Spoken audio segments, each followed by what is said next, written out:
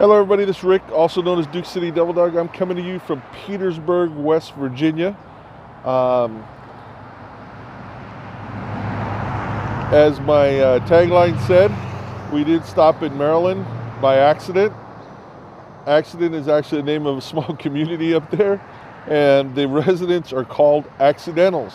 So I thought that was funny. But anyway, I am staying here at the Hermitage Motor Inn for the next couple days, while my trainer spends a couple days with his family.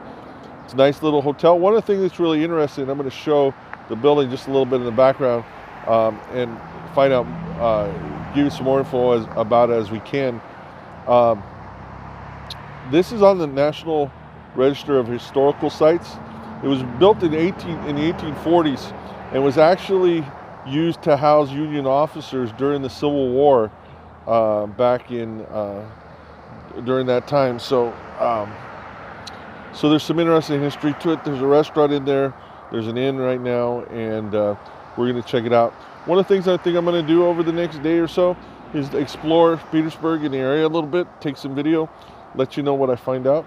I think it's going to be an interesting little community to check out, and that's what we're going to do. All right, so stay tuned, and we'll see what we see. So one of the things that's beautiful about this area of the country, but I'm going to talk specifically about West Virginia, even though driving through Maryland, driving through Pennsylvania was gorgeous. Look at the beautiful oranges that you see. Supposedly about 2 weeks late to get the bright reds, but from somebody who grew up around a lot of evergreens, you know, ponderosa pines and pine trees and pinon that is green pretty much year round. For the most part, I mean, there's some exceptions, but for the most part, you know, all you're seeing is green all year round. Out here in West Virginia, you're seeing a lot of different colors. Now, one of the good parts and bad parts about driving a truck, one of the good parts is that as you're watching, you can see so many different things. But again, you need to pay attention to what you're doing. One of the things, so you miss a lot of what I would say photographic opportunities. But one of the things that I'm thinking about doing when I get into my own truck is to put a camera, you know, where it would just film whenever, and I can edit it and pick the footage that I think I would like for people to see. So anyway, I just wanted to show you this before we go on. It is getting towards the end of the day, and it sounds funny, end of the day. It's not even 4 o'clock, but it's almost going to start to get dark soon.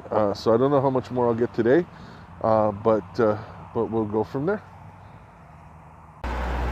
Hey guys, one of the things that I just noticed, and I should have noticed it earlier, but look at what's all the way up and down the streets here in Petersburg. It starts towards the middle of town and goes all the way to the center of town. But what they did is they drilled these holes into the concrete, big enough to fit all these poles, and all the way up and down they put flagpoles all the way up and down the streets. It's really pretty cool. You know, I come from Gallup, New Mexico, which was named the most patriotic city in the country a couple years ago, and I think Petersburg here is trying to take that title away. So really cool. It makes me feel good. Hey everybody, this is Rick. Still in Petersburg, West Virginia. Just had dinner, and I had went and grabbed some dessert. Had dinner at a place called Poor Dave's. It is in the Hermitage Inn, and like I mentioned before, a lot of history of the Hermitage Inn. It's been an inn since about the 1870s, so it's been a hotel or an inn.